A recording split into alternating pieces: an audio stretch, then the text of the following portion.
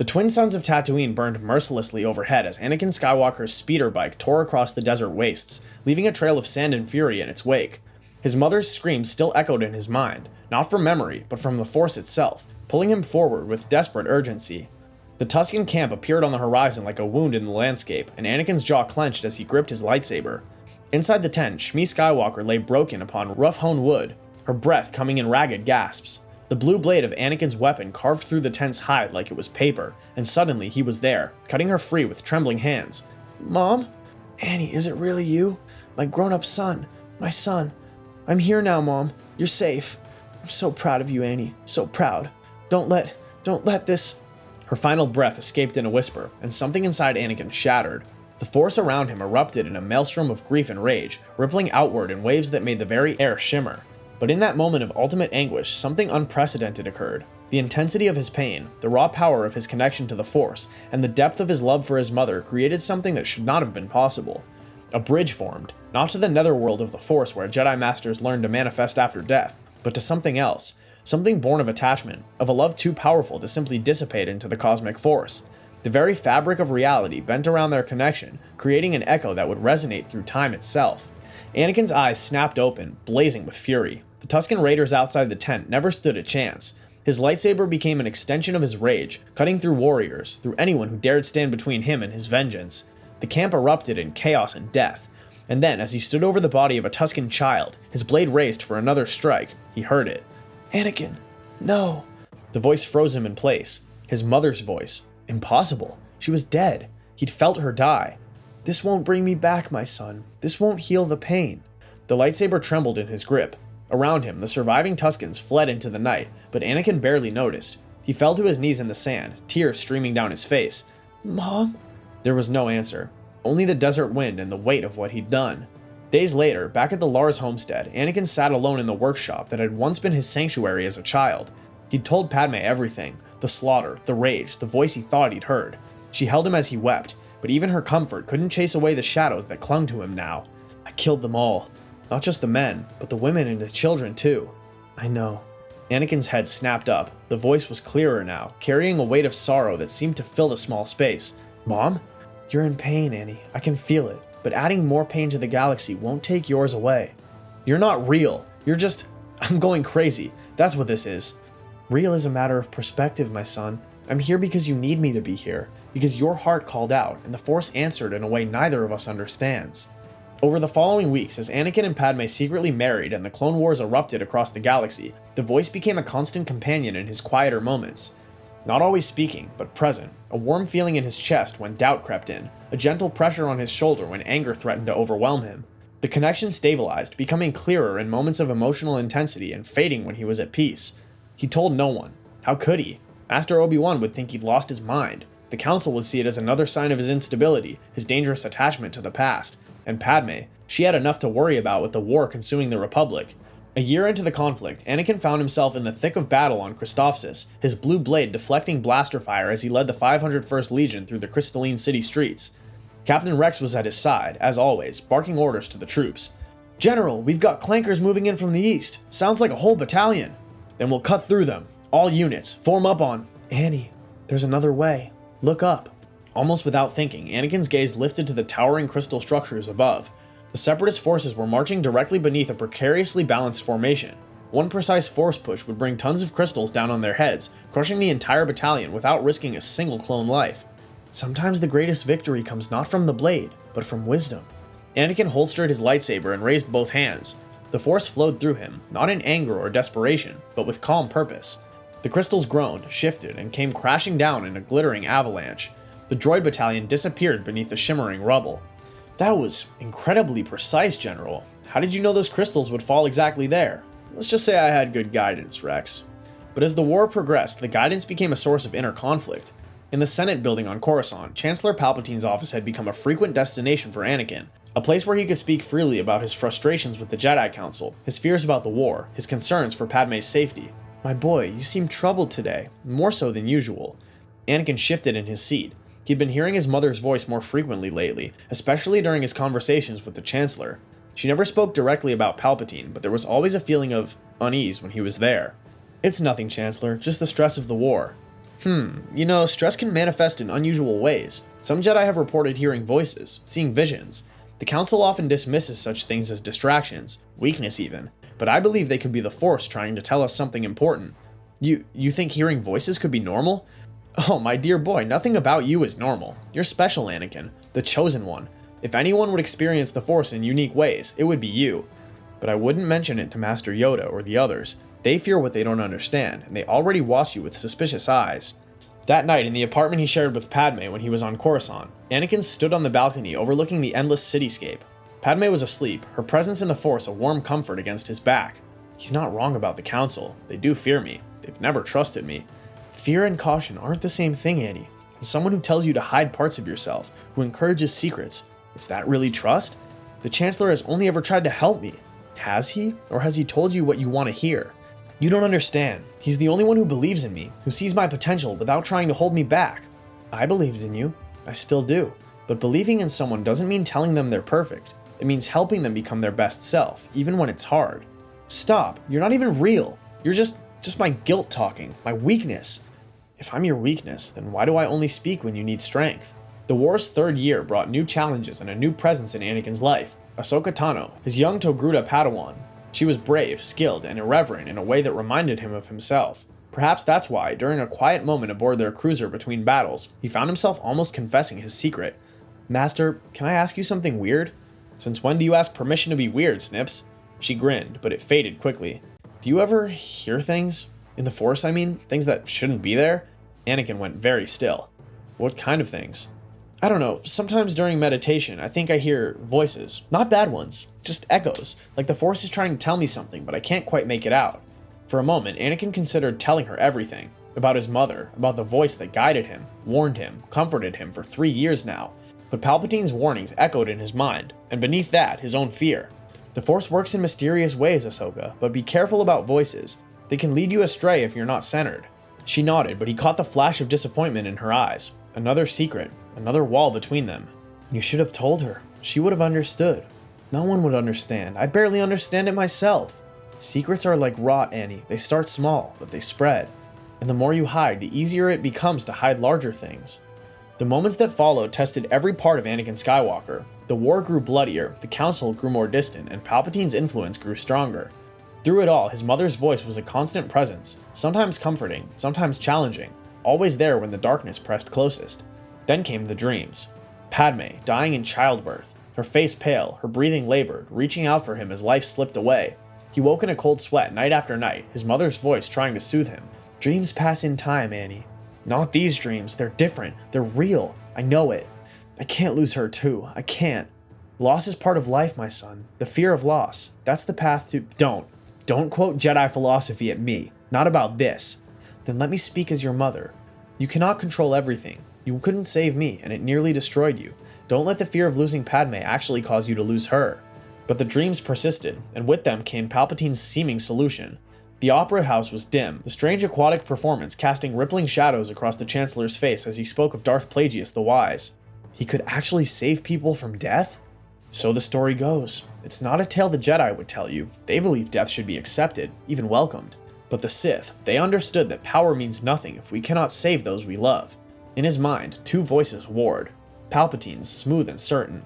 The dark side of the Force is a pathway to many abilities some consider to be unnatural. His mother's, urgent and worried. Death is not the enemy, Annie. Fear is. Don't you see what he's— Shut up! I'm sorry, Chancellor. I thought I heard something. The Force is speaking to you, my boy. Perhaps it's trying to guide you to the truth the Jedi would deny you. The revelation of Palpatine's true identity as Darth Sidious came like a thunderbolt. Anakin stood in the Chancellor's office, lightsaber ignited, his mind reeling. I knew it! The Jedi are plotting to take over! Anakin, you know that's not true. This man is a Sith Lord. He's been manipulating the entire war. He's the only one who can save Padme, the only one who understands. Annie, no, this is the moment. This is where you choose who you become. Don't let fear make that choice for you. Time seemed to fracture. In one moment, he saw Windu's blade descending toward a seemingly defenseless Palpatine. In another, he felt his mother's presence like a physical force trying to hold him back. But the fear was stronger. The vision of Padme dying, calling his name. His blade moved. Windu's hand fell, and then the Jedi Master was falling, screaming, cast out the window by Sidious's lightning. What have I done? You've done what needed to be done, my young apprentice. Now go, bring peace to the Empire, wipe out the Jedi traitors." As the newly christened Darth Vader rose, he felt something in his mind go quiet. His mother's voice, which had been his constant companion for 3 years, was suddenly muffled, distant, as if a heavy door had been closed between them. The dark side wrapped around his connection like a shroud, smothering the light that had guided him. "Mom?" There was no answer, only the cold certainty of what he had to do. The march on the Jedi Temple was a blur of blue death in small bodies, younglings who looked up at him with trust before his blade cut them down, masters who fought desperately to protect their students. All the while, he felt his mother's presence beating against whatever barrier Sidious had erected, growing fainter with each life he took. By the time he reached Mustafar, he could barely feel her at all. The lava world reflected his inner state, burning, destructive, consuming everything it touched. The Separatist leaders died quickly, their pleas for mercy falling on ears deafened by the dark side. Then Padme's ship appeared, and for a moment, just a moment, hope flickered in his chest. She was here. She understood. Together they would rule, bring order, save the galaxy from itself. But she hadn't come to join him. "Anakin, please, this isn't you. The killing, the Empire, this isn't what we dreamed of." Dreams. Our dreams were lies, Padme. But I see the truth now. The Jedi were holding me back. The Republic was corrupt, but we can build something better, something perfect. Built on the bodies of children? The man I married would never. The man you married was weak. I'm more powerful than any Jedi. I will save you, whether you want it or not. Then he saw Obi-Wan emerging from her ship, and rage consumed everything else. "You brought him here to kill me!" "No, Anakin, His hand rose, fingers curling, and the Force closed around her throat. She gasped, hands flying to her neck, eyes wide with shock and betrayal. And then, cutting through the roar of rage and the rushing of blood to his ears, came a scream that shook him to his very core. "Anakin, no!" The voice wasn't distant now. It was right there, all around him, inside him. His mother's voice, filled with more pain than he'd ever heard, even as she lay dying. "This is not love, it's fear. Let her go!"